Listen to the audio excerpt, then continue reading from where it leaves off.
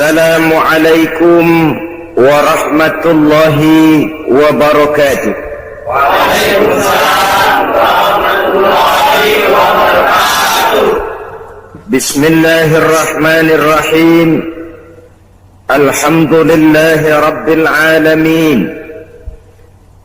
Wa bihi nasta'in ala umurid dunya waddin. والصلاة والسلام على أشرف الأنبياء والمرسلين سيدنا ومولانا محمد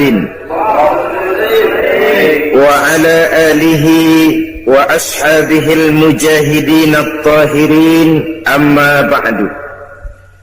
Saudara-saudara kaum muslimin rahimakumullah, Al-Quranul Karim sebagai kitab suci, pedoman utama dan pertama bagi kita umat Islam, penuh berisi tuntunan-tuntunan luhur dan terpuji yang menyangkut berbagai aspek kehidupan manusia, sejak dari yang sekecil-kecilnya sampai kepada yang sebesar-besarnya. Seruan, ajakan, dan dakwah yang disampaikan oleh Al-Quranul Karim selalu bersifat human interest. Artinya ada konteksnya, ada keterkaitannya dengan orang yang menjadi seruan daripada dakwah Al-Quranul Karim itu sendiri. Orang-orang tua kita dulu berkata bahwa penari yang baik biasanya mengerti irama gendang. Dakwah hanya akan sampai apabila dia ada keterkaitan dengan pendengar penerima dakwah itu sendiri. Masyarakat Quraisy adalah satu masyarakat yang gemar berniaga, berusaha di bidang bisnis, perdagangan, sehingga bahasa yang disampaikan kepada mereka juga banyak menggunakan bahasa bisnis. Pada pertemuan kali ini kita akan membicarakan ayat 10 dari surah As-Saff, di mana Al-Quranul Karim memberikan satu tuntunan luhur dalam kehidupan masyarakat manusia zaman dahulu, sekarang, dan di masa yang akan datang. Dalam surah As-Saff ayat 10, Allah Subhanahu wa ta'ala berfirman, A'udzu billahi minasy syaithanir rajim. Ya ayyuhalladzina amanu hal adullukum ala tijaratin tunjikum min azabin alim. Wahai orang-orang yang beriman, maukah kamu semua aku tunjukkan kepada satu perniagaan, satu bentuk perdagangan, satu bisnis yang akan menyelamatkan kamu seluruhnya dari azab yang sangat pedih. Marilah kita lihat bahasa yang dipakai di sini, hal adullukum ala tijaratin. Maukah kamu semua aku tunjukkan satu bisnis, satu niaga, satu dagang yang akan menyelamatkan kamu seluruhnya dari azab yang sangat pedih. Di tengah masyarakat pedagang, Al-Quran berbicara dengan bahasa pedagang. Karena bagaimanapun kita mengerti, dakwah hanya akan berhasil kalau bersifat human interest. Jangan berbisik kepada orang tuli, jangan tersenyum kepada orang buta. Saudara berniat ramah, ada orang buta diajak senyum, keramahan itu cuma milik sebelah pihak. Yang diajak senyum tidak mengerti kebaikan saudara. Sama saja orang budak dibisikin. Jangankan berbisik, kita teriak pun mereka tidak dengar, apalagi dibisiki. Tidak bersifat human interest. Sama juga saudara pidato di depan nenek-nenek lalu cerita tentang perkembangan politik Timur Tengah. Ini tidak bersifat human interest. Quran adalah untuk segala umur.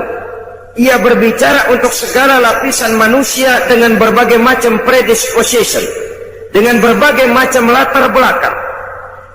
Kepada petani, mereka akan tertarik jikalau kita berbicara dengan bahasa petani. Kepada pegawai negeri, mereka akan tertarik jikalau kita berbicara dengan gaya bahasa pegawai. Kepada pedagang, maka Al-Quran menggunakan gaya bahasa, hal adullukum ala tijarati. Maukah kamu semua aku tunjukkan kepada satu perdagangan, satu bisnis yang akan menyelamatkan kamu dari azab siksaan yang amat pedih? Jawaban tentu saja mau. Tidak ada orang yang tidak mau kalau ditunjukkan kepada satu keuntungan. Saudara-saudara, mau apa tidak saya tunjukkan satu dagang yang bisa menyelamatkan saudara dari azab yang pedih? Jawaban tentu mau.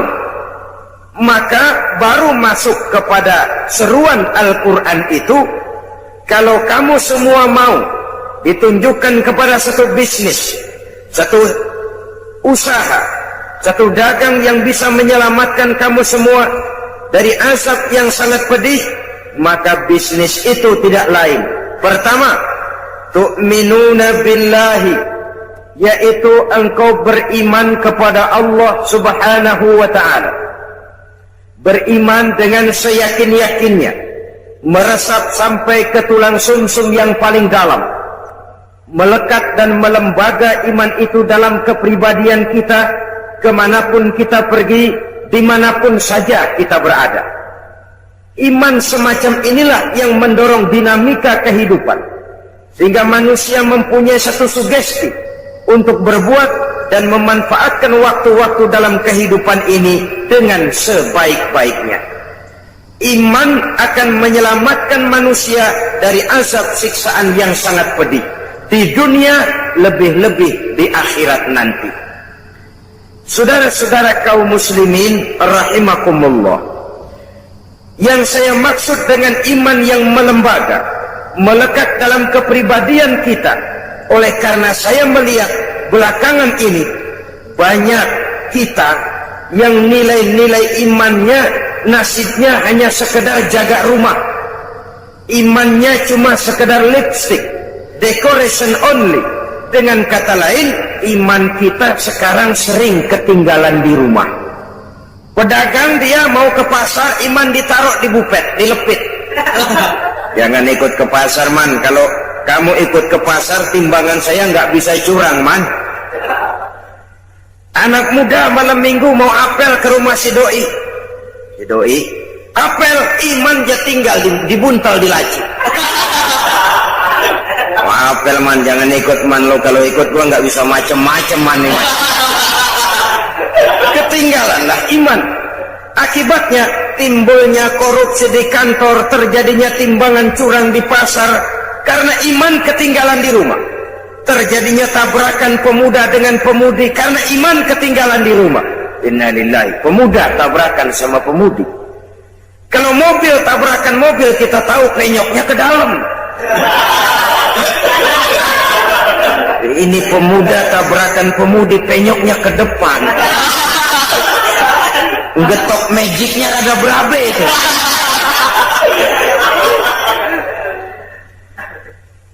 Iman yang melekat, melembaga kemanapun kita pergi, dimanapun kita berada. Ini nanti pada gilirannya akan melahirkan satu disiplin yang murni, yang tumbuh dari dalam jiwa. Dalam satu seminar tentang merosotnya disiplin nasional, saya katakan, disiplin nasional sekarang ini dirasakan merosot. Pertama, karena menipisnya budaya malu. Budaya malu menipis karena iman menipis, orang jauh dari agama. Bisa dibayangkan kalau budaya malu sudah menipis, orang lalu pakai filsafat cuek dalam kehidupan. Mukanya diganti muka tembok, kupingnya ditukar kuping kebo, kulitnya diganti kulit badak. Bayangin kalau muka tembok, kuping kebo, kulit badak, diapain aja gak ada ngartinya, cuek aja. Yang kedua, merosotnya disiplin oleh karena kurangnya keteladanan. Bagaimanapun juga orang itu dididik, digembleng, ditatar, didoktrin, pada akhirnya dia tetap akan mencari bentuk. Siapa yang harus kami contoh, Pak? Kami siap begini, kami siap begitu, kami mau ini dan itu, tapi siapa yang harus kami contoh, Pak? Keteladanan ini yang makin langka belakangan ini. Jadi oleh karenanya, iman menyelamatkan manusia dari kerugian dunia dan akhirat, dari azab yang sangat pedih, baik dalam kehidupan di dunia, lebih-lebih dalam kehidupan di akhir nanti. Iman yang melembaga, melekat dalam jiwa dan kepribadian kita, ikut dia kemanapun kita pergi, beserta kita dia kemanapun kita berada. Iman yang semacam inilah yang akan menyelamatkan manusia dari kerugian di dunia ini dan di akhirat nanti. Saudara-saudara kaum muslimin rahimakumullah, perjalanan untuk menumbuhkan sikap iman yang semacam ini tentu tidak mudah. Oleh sebab itu Al-Imam Al-Ghazali rahimahullah memberikan tuntunan bahwa upaya untuk melekatkan iman dalam hati kemanapun kita pergi, dimanapun kita berada, pertama harus ditanamkan lebih dahulu rasa cinta kepada Allah. Yang kedua, rasa malu kepada Allah. Dan yang ketiga, rasa takut kepada Allah subhanahu wa ta'ala. Cinta, malu, dan takut kepada Allah akan mematri nilai-nilai iman sampai ke tulang sumsum kita, dan kepada gilirannya kemudian mewarnai gerak kehidupan kita. Beriman kepada Allah itu dasar bisnis. Apapun saja, kalau sudah tidak dilandasi oleh nilai-nilai iman, kita bisa memahami kekuasaan apabila sudah lepas dari kontrol keimanan, cenderung membentuk Fir'aun kelas baru. Harta apabila sudah terlepas dari kontrol iman, biasanya akan cenderung melahirkan konglomerat kelas korun. Kecantikan tanpa didasari dengan keimanan biasanya akan sering lebih membawa bencana ketimbang manfaat. Ilmu pengetahuan apabila tidak didasari dengan iman akan melahirkan manusia-manusia kurang ajar yang semakin menjauhkan dirinya dari Allah subhanahu wa ta'ala. Apapun saja, kalau sudah tidak dilandasi dengan semangat keimanan ini, maka negatif hasilnya. Oleh sebab itu, jikalau kita ingin satu bisnis yang akan menyelamatkan kita dari azab yang sangat pedih, bisnis itu tidak lain kepada Allah. Nilai iman kita jaga baik-baik, tidak hanya sekedar untuk kita, tapi juga kita mampu mewariskannya kepada anak-anak kita, generasi yang akan datang.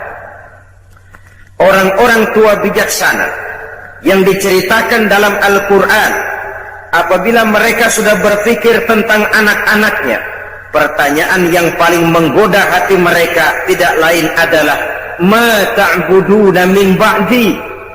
Ini yang ditanyakan Nabi Yakub kepada anak-anaknya. Ini yang ditanyakan Nabi Ibrahim dan Nabi Ismail kepada putra-putranya. Ma ta'buduna min ba'di. Kalau ayahmu nanti tidak ada lagi, nak, apa yang akan kamu sembah? Kalau bapakmu sekarang masih mau iktikaf di masjid, masih melaksanakan rukuk dan sujud, masih mendirikan sholat. Kalau orang tuamu sudah tidak ada lagi nanti, nak, ma ta'buduna min ba'di, apa yang akan kamu sembah? Masih maukah kau iktikaf di masjid? Masih maukah kau rukuk dan sujud? Masihkah kau mendirikan sholat menyembah Allah? Ini pertanyaan yang menggoda orang-orang tua terdahulu. Kita orang tua di zaman sekarang, pertanyaan kita yang pertama kepada anak-anak kita bukan ma ta'buduna min ba'di. Yang kita tanya, ma ta'kuluna min ba'di.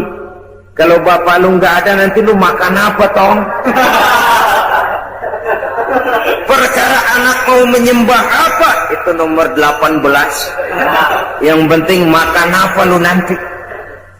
Oleh sebab itu selalu saya mengingatkan, kita boleh bersedih kalau anak tidak mengerti komputer. Kita boleh merasa rugi kalau anak tidak mengerti matematika. Kita boleh bersedih sebagai orang tua kalau anak buta bahasa Inggris misalnya. Tapi tahukah kita bahwa tidak ada satu kemalangan yang lebih malang selain daripada kalau kita mempunyai anak-anak yang jauh dari nilai-nilai iman. Alangkah hebatnya kalau anak-anak kita itu ahli komputer, imannya mantap. Ahli matematika, akidahnya kuat. Bahasa Inggrisnya fasih, keyakinannya teguh. Otaknya boleh Jerman, tapi hatinya tetap Mekah. Ada keseimbangan. Punya stabilitas temperatur batin. Sehingga dengan demikian jiwanya tidak lentur dan luntur. Ia tidak kehilangan idealisme di tengah jalan. Beriman kepada Allah dengan sebenar-benarnya, meresap sampai ke tulang sumsum yang dibuktikan dengan amal perbuatan kita. Kalau sekedar beriman, sekedar berucap saja rasanya mudah. Sebab itu yang dikatakan iman yang sebenarnya itu ialah iqrarun bil lisan wa tasdiqun bil qalbi wa amalun bil arkan. Diucapkan dengan lidah, dibenarkan oleh hati, diamalkan oleh seluruh anggota badan. Maka nilai iman juga lalu bertingkat. Ada orang yang nilai imannya baru kepada tingkat iqrarun bil lisan, sekedar ucapan lidah, belum berakar ke hati. Iman yang begini nih yang kesenggol supermi 3 bungkus amburadul.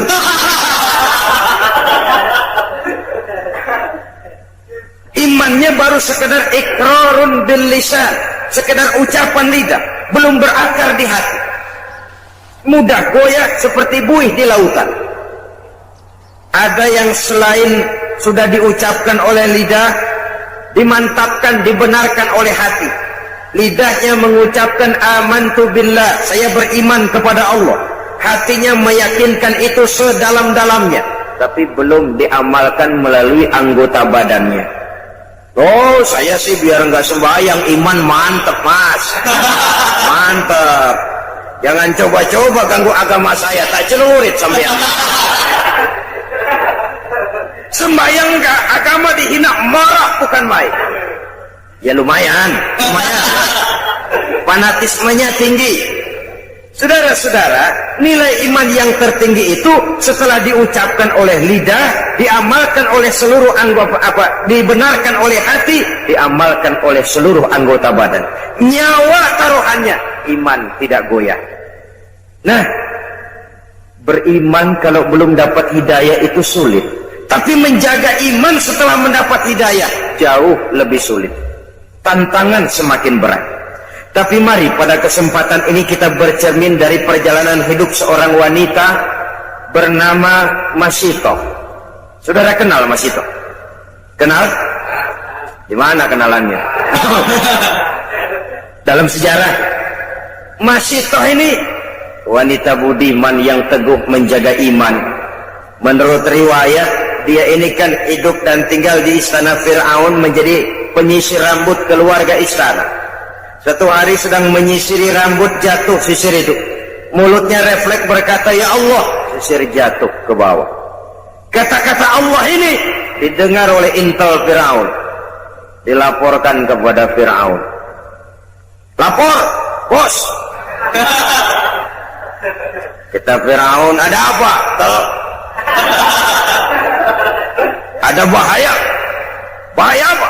Ada orang menyebut-nyebut Allah. Ini kan bisa mengganggu stabilitas ketuhanan Tuhan ini. Kalau dibiarkan bahaya. Oh, begitu? Iya. Siapa manusianya? Masito. Masito. Tangkap, tangkap. Masito. Saya ada dengar-dengar kamu menyebut-nyebut Allah ya? Iya. Memangnya kenapa? Siapa Allah itu Masito? Allah itu Rabbi wa Rabbukum, Tuhan saya dan Tuhan-Tuhan juga. Loh, jadi saya ini kau anggap apa Masito? Tuhan adalah Tuhan dan Tuhan bukan Tuhan. Masito, gendeng sampean. Satu Mesir orang menyembah saya semua. Tiba-tiba kau menyatakan ada Tuhan lain selain saya. Keyakinanmu membahayakan posisi saya Masito. Sudahlah, kamu jangan macam-macam. Kamu mau apa sih? Rumah? Kendaraan? Beras? Supermi? Beasiswa? Sudah, jangan bertuhankan Allah. Tuhanmu saya saja sudah. Tidak bisa Masito. Tidak bisa Fir'aun, kata Masito. Rabbi Allah. Tuhan saya tetap Allah. Kamu tetap dengan keyakinanmu seperti itu? Tetap. Dan kamu tahu resikonya apa? Kamu akan saya siksa, Mas Ito. Silahkan. Kamu berani? Demi iman. Kamu memang gila, Mas Ito. Firaun, Tuhan boleh beli jasad saya, tapi jangan mimpi bisa membeli jiwa saya. Tuhan boleh kuasai jasmani saya, tapi jangan mimpi bahwa Tuhan akan bisa menguasai akidah dan keyakinan saya. Nekat kamu, Mas Ito ya. Apa boleh buat, On? Firaun, itu tuh manggilnya On. Tidak cuma sekedar saya siksa, Mas Ito, kamu akan saya bunuh. Boleh? Kamu tidak takut mati? Sekarang saya mati, nanti juga saya mati, Firaun. Dan bagaimanapun lebih baik mati berkalang tanah daripada hidup bercermin bangkai. Adalah lebih terhormat melarat karena mempertahankan iman daripada saya hidup mewah dengan menjual akidah. Biar nyawa berpisah dari badan, asal iman jangan berpisah dari hati. Terlalu mahal akidah ini kalau harus ditukar dengan kesenangan dunia yang tidak seberapa, On.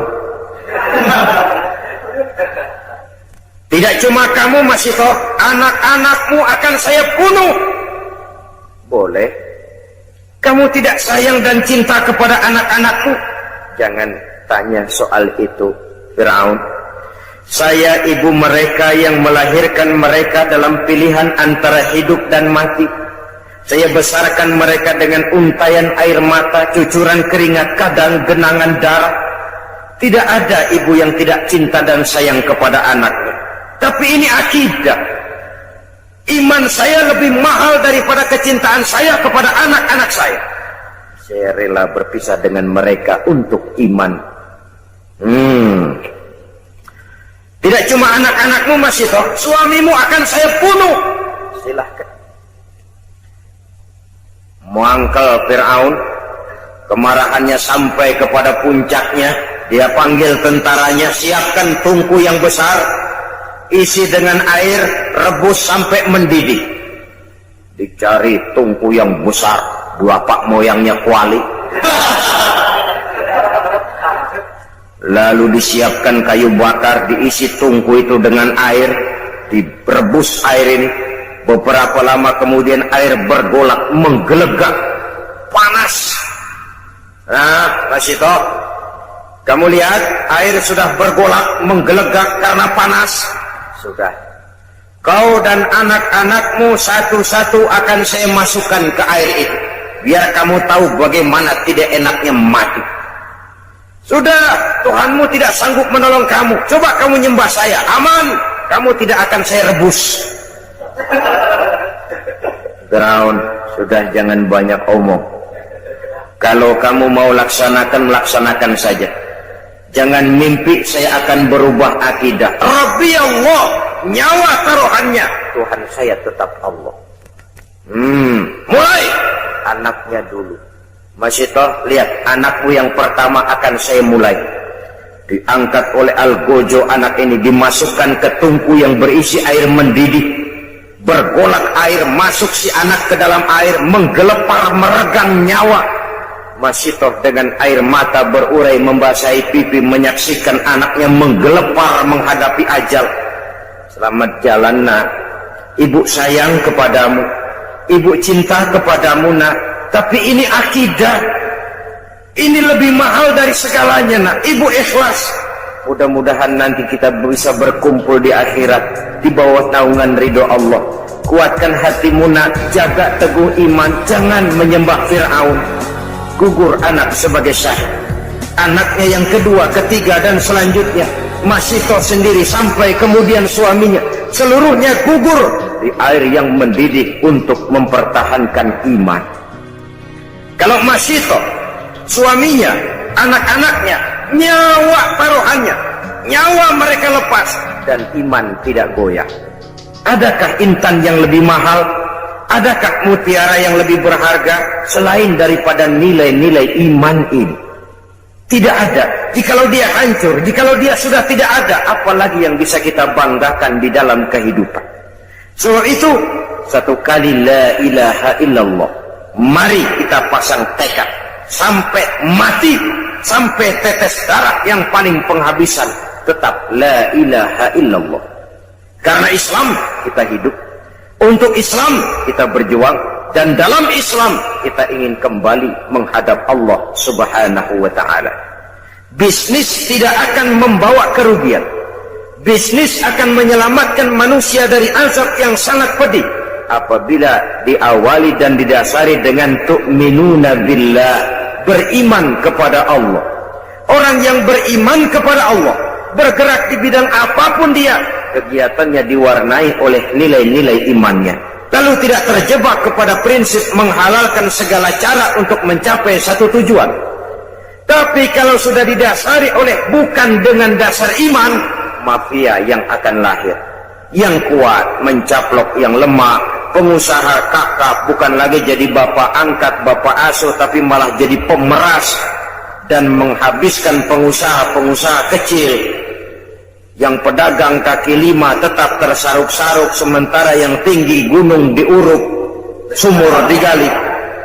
Itu namanya gunung diuruk, sumur digali. Gunung udah tinggi, diuruk.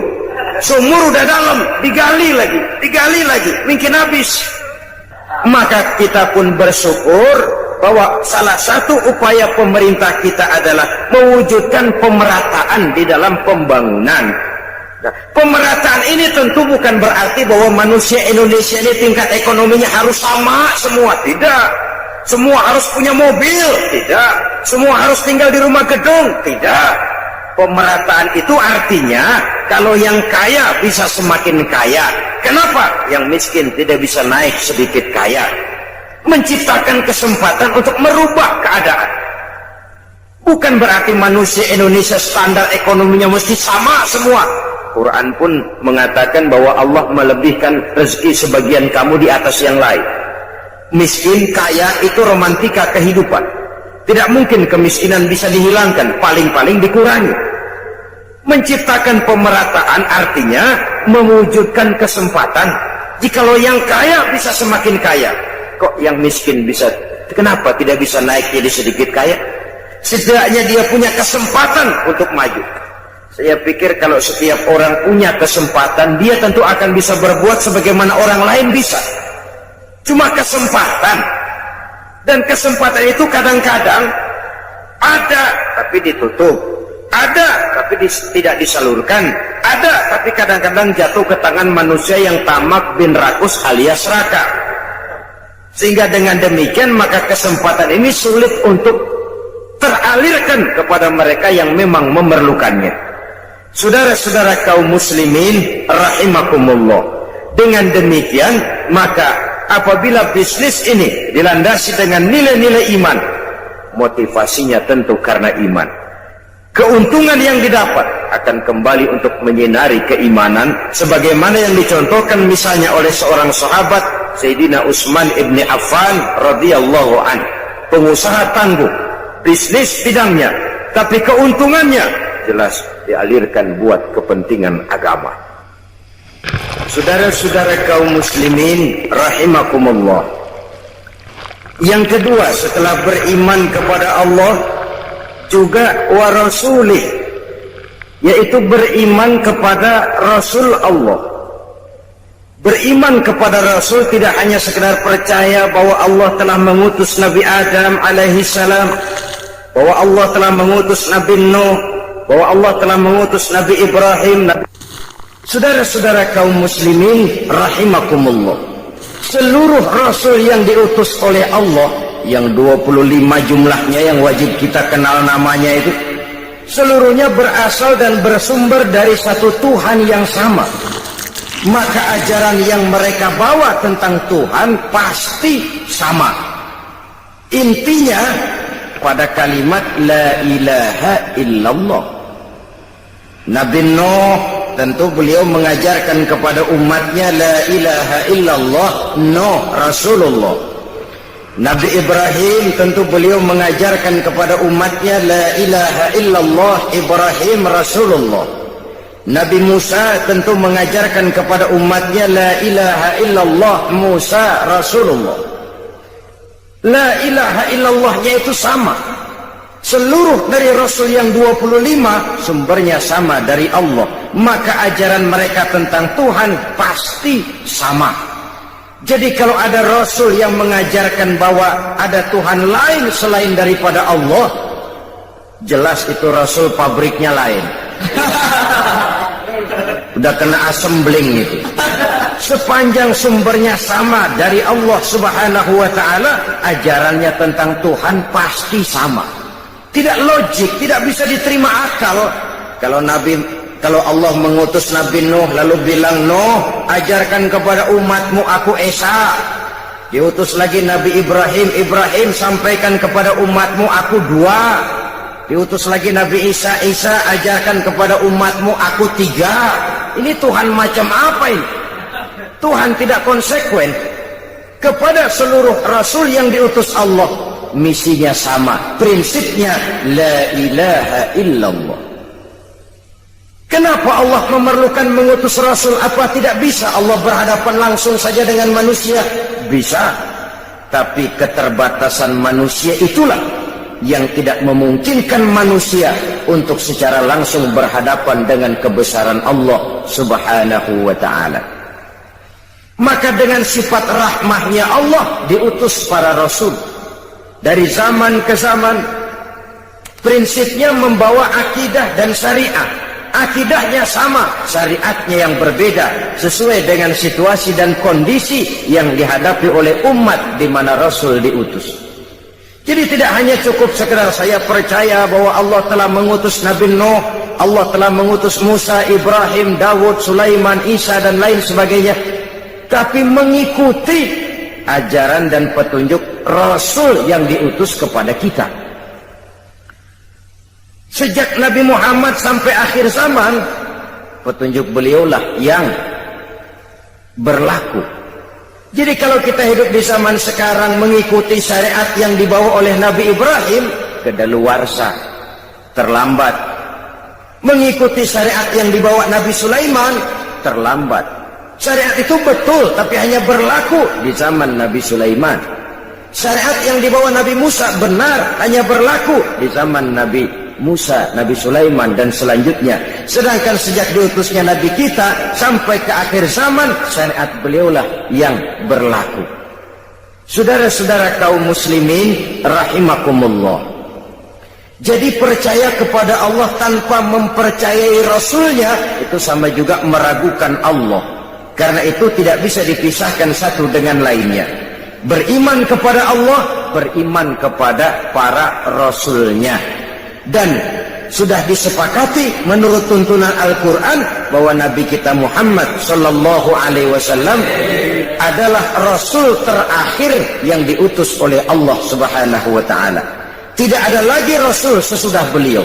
Maka di zaman sekarang, kalau ada orang mengaku jadi Rasul, biar bahasa Arabnya fasih, jenggotnya panjang, serbannya lebar, gamisnya kalah kalau Superman mah.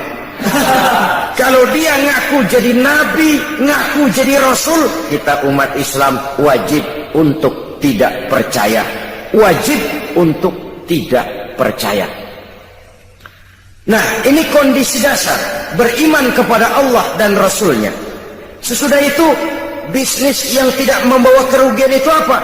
Setelah beriman kepada Allah, beriman kepada Rasul dengan sepenuh keyakinan, tidak goyah walau nyawa taruhannya, tidak lentur dan luntur walaupun tubuh dicincang berkeping-keping, walaupun leher harus terjerat tali gantungan, iman tetap tangguh, setangguh batu karang di lautan, biar tiap hari diterjang ombak, dikikis gelombang, namun dia tegak tegar berdiri menyambut hantaman sang gelombang.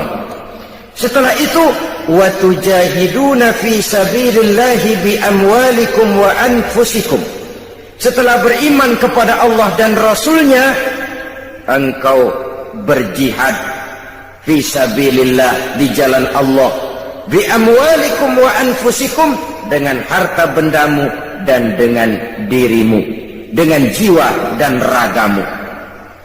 Saudara-saudara kaum muslimin rahimakumullah, iman dan jihad memang dua hal yang tidak bisa dipisahkan satu sama lain. Hanyalah jikalau kita beriman maka kita siap melaksanakan jihad. Jikalau kita akan turun berjihad harus dasarnya karena iman. Dan selama ini orang sering memberikan warna kelabu terhadap yang namanya jihad, sehingga timbul pengertian yang serem-serem. Dan ini memang tidak bisa disalahkan. Kaum orientalis, orang-orang asing yang mempelajari Islam dengan tujuan mencari kelemahan Islam, sering memberikan pengertian yang tidak benar kepada Islam.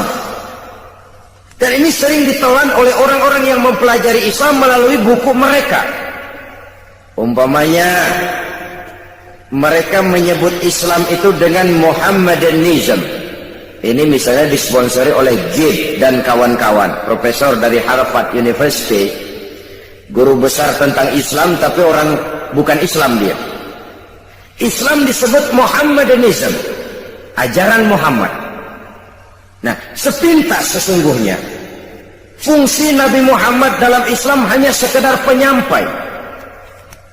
Ialah kalau ajaran Bung Karno disebut Soekarnoisme, ajaran Lenin disebut Leninisme, ajarannya Karl Marx disebut Marxisme.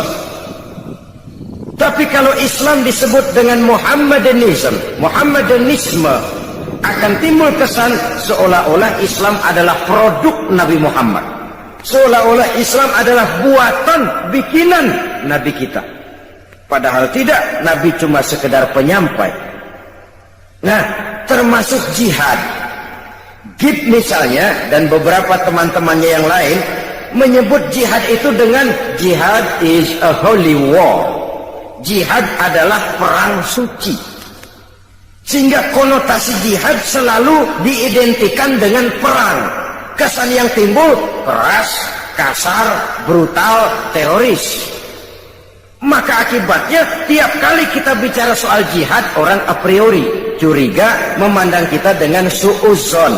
Aha, umat Islam sudah siap jihad, ngasah pedang, ngasah tombak, ngasah panah, siap bertempur ke medan perang. Bahwa perang untuk membela agama, bukan untuk memaksakan agama, merupakan bagian kecil saja dari jihad, ya. Tapi bahwa jihad bukan sekedar perang, itu harus dipahami. Jihad adalah mengeluarkan satu kemampuan maksimal untuk mencapai satu tujuan yang diridhoi oleh Allah Subhanahu wa ta'ala. Itu jihad namanya. Mengeluarkan kemampuan maksimal untuk mencapai satu tujuan yang diridhoi oleh Allah, itu jihad namanya. Bukan semata-mata perang, mencabut pedang maju ke medan perang. Mengatasi kemiskinan, mengatasi kebodohan, itu juga merupakan bagian daripada jihad. Tapi karena jihad selalu diadakan konotasi dengan perang, kesan yang timbul ya teroris, kasar, brutal, sadis. Dan itu memang sengaja ditiupkan oleh kaum orientalis, sebab mereka paling takut dengan semangat jihad daripada umat Islam ini. Oleh sebab itu, oleh karena iman dan jihad tidak bisa dipisahkan, pada kesempatan pertemuan ini saya ingin menukil apa yang dijelaskan oleh Al-Imam Al-Hafiz Zakiyuddin Abdul Azim Al-Munziri dalam kitabnya yang terkenal At-Targhib wa Tarhib. Beliau menjelaskan, inna asma darajatin fil jihad, sesungguhnya derajat jihad yang tertinggi dalam Islam. Pertama, saudara bisa lihat ini barangkali pada Targhib wa Tarhib juz 2 halaman 257. Nilai jihad yang tertinggi, pertama, muharabatil kuffar li ajli nasri dinillah, berperang melawan orang kafir dengan tujuan semata-mata untuk menolong agama Allah. Jadi menolong itu kan membela, bukan memaksakan agama, tapi untuk membela agama. Karena prinsipnya umat Islam tidak boleh mencari musuh, tapi tidak boleh lari kalau ketemu musuh. Musuh jangan dicari, ketemu jangan lari.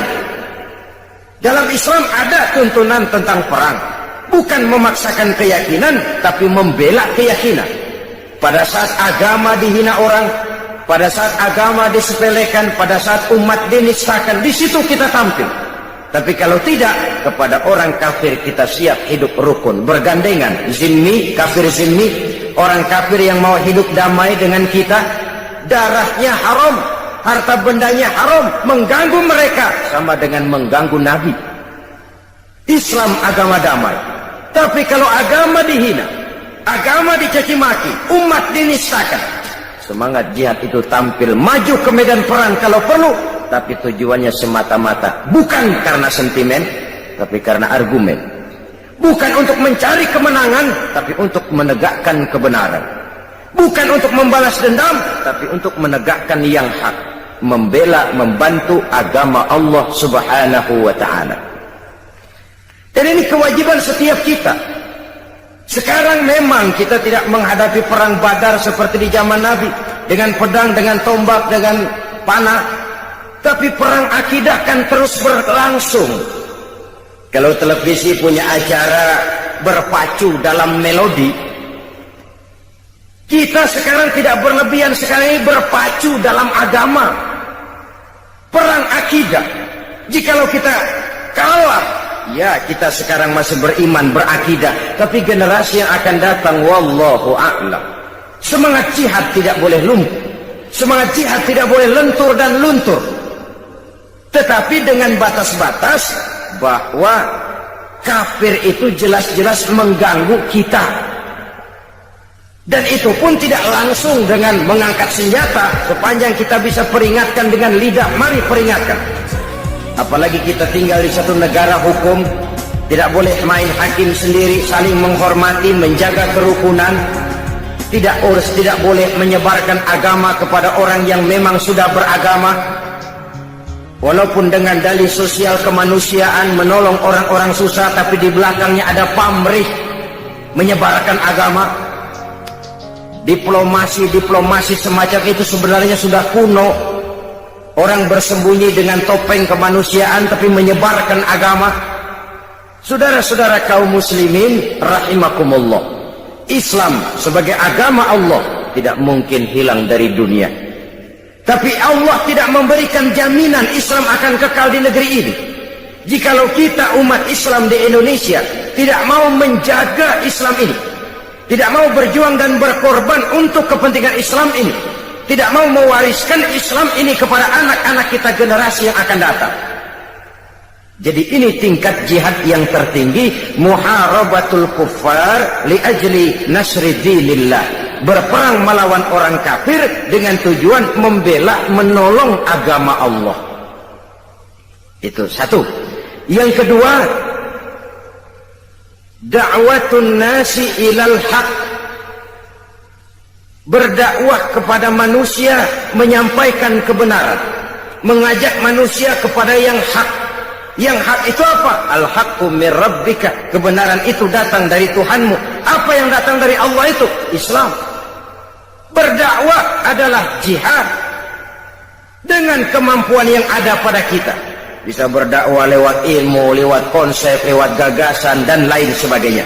Da'watun nasi ilal haq, menyeru manusia, berdakwah kepada manusia, menyampaikan Islam, juga itu merupakan bagian dari jihad tertinggi kedua sesudah perang melawan orang kafir. Yang ketiga, mujahadatun nafsi bitahalli bil makarim wa takhalli 'anil razail. Jihad ketiga yang tertinggi, berjihad melawan hawa nafsu dengan menghiasi diri dengan sifat-sifat yang terpuji dan mengosongkan diri dari sifat-sifat yang tercela. Itu jihad melawan nafsu, mengosongkan diri dari akhlak yang tercela, menghiasi diri dengan akhlak yang terpuji. Bagaimana kita berjuang menghilangkan hasud, sum'ah, riya, takabbur, ujub dan lain sebagainya. Lalu bagaimana menghiasi diri dengan sabar, tawadhu, qanaah, ikhlas, yakin, dan lain sebagainya, itu juga merupakan jihad. Sebab kalau tidak jihad yang jadi landasan dasarnya, sulit untuk melakukan hal semacam itu. Yang keempat, mujahadatus syaitan bidaf'i ma ya'ti bihi minas syubuhat. Berjihad menghadapi setan dengan menolak hal-hal subuhat yang dibawa oleh setan. Setan itu kalau dia tidak bisa membawa kita ke jalan zalim, kegelapan, dia bikin samar-samar jalanan, dia bikin remeng-remeng. Gelap nih, udah jelas kita nggak mau menempuh. Minuman keras haram, itu mutlak. Nah, setan bikin remeng-remeng dah. Kalau nggak teler mah kagak. Enggak katanya. Dibikinnya remeng-remeng. Itu menolak yang kayak begitu itu memerlukan jihad. Saudara hadirin, ma'asyiral muslimin yang berbahagia. Kalau tidak bisa diyakini kita dengan jalan kegelapan yang sesat, dibikinnya kita remeng-remeng, samar-samar, sehingga akhirnya sulit lagi untuk membedakan antara yang ma'ruf dan yang munkar. Pada klimaksnya nanti oleh setan dibalik, yang ma'ruf dia jadi munkar, yang munkar jadi ma'ruf. Terjadilah penjungkiran nilai. Itu yang keempat. Yang kelima, tarku majalisi su'i, meninggalkan majelis yang jahat, meninggalkan lingkungan pergaulan yang jahat. Kita tahu lingkungan sangat besar pengaruhnya dalam ikut membentuk kepribadian manusia. Sehingga kata Syauqi dalam sebaik syairnya, man asyaral asrafa asa musarrafan wa mu'asyiral anzali ghairu musarrafin. Awalam taral jildal hakira muqabbalan bisagri lamma sara jildal mushaf. Siapa yang berteman dengan orang mulia, dia akan ikut menjadi mulia. Tapi siapa berteman dengan orang hina, dia tidak akan ikut menjadi mulia. Tidakkah kau lihat, kata Syauqi, betapa kulit kambing yang hina dicium orang ketika berteman dengan Quran. Kulit kambing itu rendah, hina. Kalau dia sendirian gak ada yang mau cium kulit kambing. Tapi begitu dia disamak jadi kantong Quran, orang pakai minyak wangi tuh kulit kambing. Dibawa, diambil, dicium dulu, dijunjung tinggi. Kenapa? Kantong Quran. Kulit kambing berteman sama Quran, mujur, dihormati orang. Lantaran temannya Quran. Tapi begitu tuh kulit kambing berteman sama kayu, jadi beduk. Orang kemplang dulu.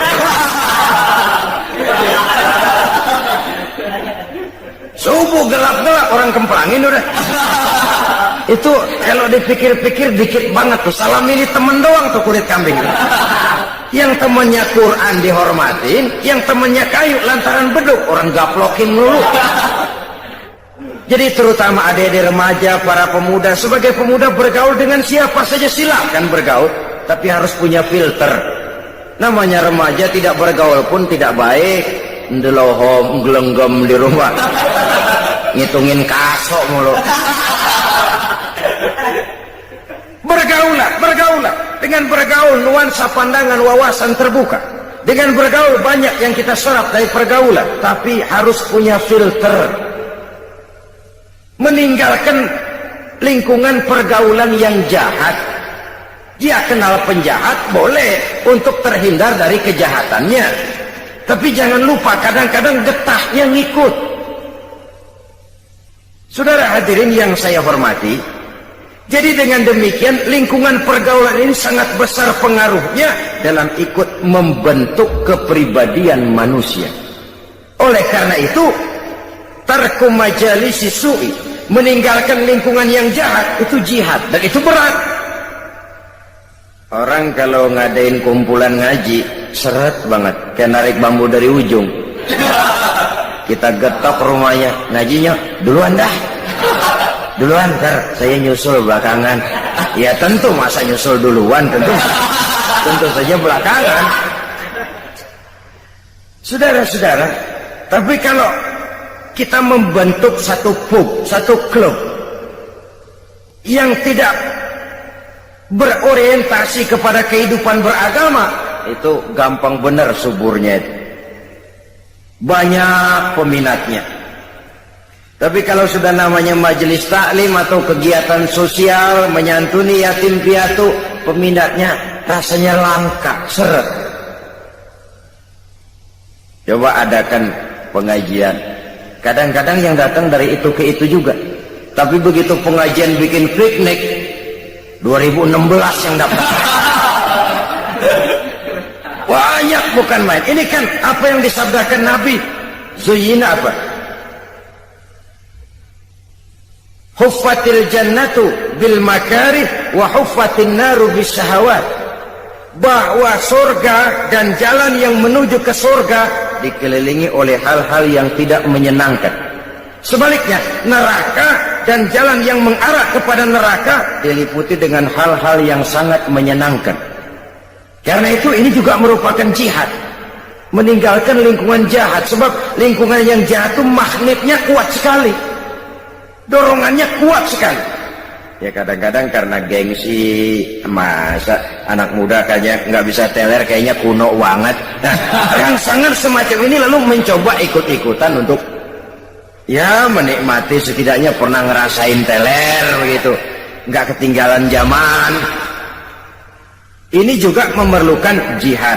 Karena itu saya titipkan sekali lagi, bergaul dengan siapapun persilahkan, tapi harus punya filter. Karena lingkungan pergaulan sangat besar pengaruhnya dalam ikut membentuk watak dan kepribadian manusia. Tidak mustahil orang yang lingkungannya baik-baik, tapi karena terpengaruh oleh pergaulan yang tidak baik, berubah jadi tidak baik. Di kampungnya mas santri, datang ke Jakarta pakai peci, sarungan, assalamualaikum, kena aja angin Jakarta, lepok. Celeng, saudara-saudara. Malum angin Jakarta ini panas. Jadi dengan demikian, yang kelima, meninggalkan lingkungan yang jahat. Yang keenam, yang masuk bagian daripada jihad itu, al-iqbalu 'alan nasihati wal 'amalu biha.